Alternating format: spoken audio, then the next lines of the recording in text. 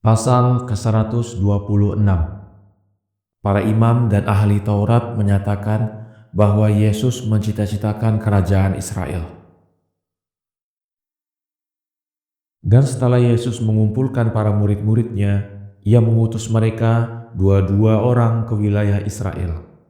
Pesannya, pergilah kamu dan berita gembirakanlah mereka sebagai yang telah kamu dengar. Lalu ketika itu mereka membungkuk dan Yesus meletakkan tangannya di atas kepala mereka. Katanya, dengan nama Allah, sembuhkanlah semua orang yang sedang sakit. Keluarkanlah setan-setan dan hilangkanlah kelezatan Israel tentang diriku. Sampaikan kepada mereka apa yang telah kukatakan di depan kepala imam. Kemudian berangkatlah mereka semuanya, kecuali yang menulis ini beserta Yakub dan Yahya.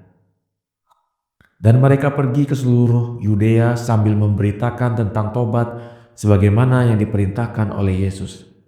Dan mereka menyembuhkan segala macam penyakit. Sehingga meresaplah di Israel uraian Yesus bahwa Allah itu Esa dan bahwa Yesus itu adalah Nabi Allah. Karena mereka melihat kelompok yang besar itu mengerjakan apa yang dikerjakan oleh Yesus tentang penyembuhan orang-orang yang sakit. Akan tetapi anak-anak setan itu telah mendapatkan jalan lain untuk menekan Yesus. Dan mereka itu adalah para imam dan para ahli Taurat. Maka mulailah mereka mengatakan bahwa Yesus mencita-citakan kerajaan Israel. Akan tetapi mereka takut kepada khalayak ramai itu. Mereka merencanakan sesuatu secara rahasia. Dan setelah para murid itu mengelilingi Yudea, kembalilah mereka kepada Yesus, maka disambutlah mereka oleh Yesus sebagaimana seorang ayah menyambut anak-anaknya. Katanya, kabarilah aku bagaimana yang telah diperbuat oleh Allah Tuhan kita. Sungguh aku telah melihat setan jatuh di bawah kakimu, dan kamu menginjaknya sebagaimana seorang tukang kebun menginjak-injak buah anggur. Para murid menjawab, ya guru, kami telah menyembuhkan jumlah yang tak terhitung dari mereka yang sakit, dan telah kami keluarkan banyak setan yang menyiksa manusia. Yesus berkata, semoga Allah mengampuni kamu, wahai saudara-saudara, karena kamu telah berdosa di waktu kamu katakan, kami telah menyembuhkan. Padahal sesungguhnya Allah lah yang telah berbuat semua itu. Maka mereka mengatakan, sesungguhnya kami berbicara karena kebodohan, maka ajarilah bagaimana kami harus berbicara. Yesus menjawab, di dalam tiap amal yang baik katakanlah, Tuhan yang telah berbuat, dan di dalam perbuatan yang buruk katakanlah, aku telah bersalah. Maka para murid menjawab, kami akan laksanakan demikian itu. Kemudian Yesus berkata, apa kata Israel di waktu mereka menyaksikan Allah berbuat melalui tangan sekelompok manusia apa yang telah diperbuat olehnya melalui tanganku? Para murid menjawab, mereka mengatakan bahwa Allah itu Esa dan bahwa engkau adalah Nabi Allah. Maka dengan wajah yang berseri-seri Yesus menjawab, Maha berkah nama Allah yang kudus yang tidak pernah meremehkan keinginan hambanya ini. Ketika ia mengatakan demikian, mereka semua pergi untuk beristirahat. Pasal ke-127. Apakah kecongkakan itu? Bahwa roh kita akan pergi. Alangkah banyaknya mereka yang mati karena wabah kelaparan. Lalu kembalilah Yesus dari padang belantara dan masuklah ia ke Yerusalem. Maka berduyun-duyun khalayak ramai ke bait Allah untuk melihat dia. Maka setelah pembacaan Mazmur, naiklah Yesus ke altar yang biasanya dinaiki oleh ahli Taurat. Kemudian setelah mengisyaratkan dengan tangannya agar mereka diam, ia berkata, wahai saudara-saudara, maha berkah nama Allah yang kudus, yang telah menjadikan kita daripada tanah bumi, bukan dari roh yang menyala-nyala. Karena apabila kita berdosa, kita akan mendapat rahmat di sisi Allah yang tidak akan didapatkan sama sekali oleh setan. Karena setan tidak mungkin diperbaiki, disebabkan kesombongannya, dikala ia mengatakan, bahwa Dia itu senantiasa mulia dan Dia adalah roh yang menyala.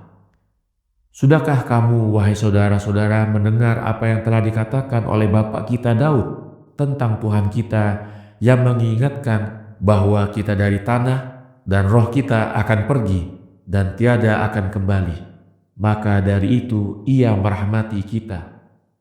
Bahagialah mereka yang mengerti kalimat-kalimat, karena mereka tiada akan berbuat dosa kepada Tuhan mereka buat selama-lamanya. Karena setelah mengerjakan dosa, mereka bertobat, dan dosa mereka tidak akan berlarut-larut. Celakalah bagi mereka yang congkak, karena mereka akan terhina dalam bara-bara neraka. Katakanlah, wahai saudara-saudara, kepadaku, apakah yang menyebabkan kecongkakan itu? Pernahkah ditemukan sesuatu kebaikan di atas bumi ini? Tidak sama sekali, karena sebagaimana Nabi Allah Sulaiman berkata, bahwa segala yang di bawah matahari ini adalah batil belaka. Akan tetapi apabila segala sesuatu di bumi ini tidak membenarkan kesombongan dengan hati kita, maka lebih-lebih lagi tidak dibenarkan oleh kehidupan kita. Karena ia diberatkan oleh beban-beban kesengsaraan yang banyak, dan segala hewan yang di bawah tingkat manusia akan memberani kita. Alangkah banyaknya mereka yang telah dibunuh oleh teriknya musim panas yang membakar. Alangkah banyaknya mereka yang telah dibunuh oleh salju dan dinginnya musim dingin. Alangkah banyaknya mereka yang telah dibunuh oleh halilintar dan gumpalan-gumpalan es. Alangkah banyaknya mereka yang telah tenggelam di lautan karena amukan badai. Alangkah banyaknya mereka yang mati karena wabah, karena kelaparan, karena terkaman binatang-binatang buas, karena patukan ular-ular atau tercekik oleh makanan. Alangkah celakanya manusia yang congkak itu, karena ia terbelenggu oleh beban-beban yang berat, dan di mana-mana ia dihadang oleh seluruh makhluk. Tetapi apa yang harus kukatakan perihal jasad dan perasaan, yang kedua-duanya itu tiada mencari melainkan dosa, dan perihal bumi yang tiada mempersembahkan melainkan dosa, dan perihal si jahat yang karena ia berkhidmat kepada setan, ia menekan setiap orang yang hidup menurut syariat Allah. Maka sudah barang tentu, wahai saudara-saudara, bahwa manusia ini adalah seperti yang dikatakan Daud. Jika ia memandang keabadian itu dengan matanya, niscaya ia tidak akan berbuat dosa. Dan kecongkakan seorang dengan hatinya itu tiada lain melainkan hanya penutupan belas kasih Allah, sehingga ia tiada lagi akan mengampuni. Karena Bapa kita Daud berkata, bahwa Tuhan kita berfirman, mengingatkan kepada kita, bahwa kita ini tiada lain kecuali tanah, dan bahwa roh kita akan pergi, tiada akan kembali. Maka barang siapa yang sombong, maka ia memungkiri bahwa dia itu adalah tanah, dan di atas dasar itu, maka oleh karena dia tidak mengetahui kebutuhannya, maka ia tidak meminta pertolongan, dan dengan demikian ia memurkakan Allah penolongnya. Demi Allah yang aku berdiri di hadiratnya, bahwa Allah akan memberi ampun kepada setan apabila setan itu mengakui kecelakaannya serta memohon rahmat daripada penciptanya yang maha berkah untuk selama-lamanya.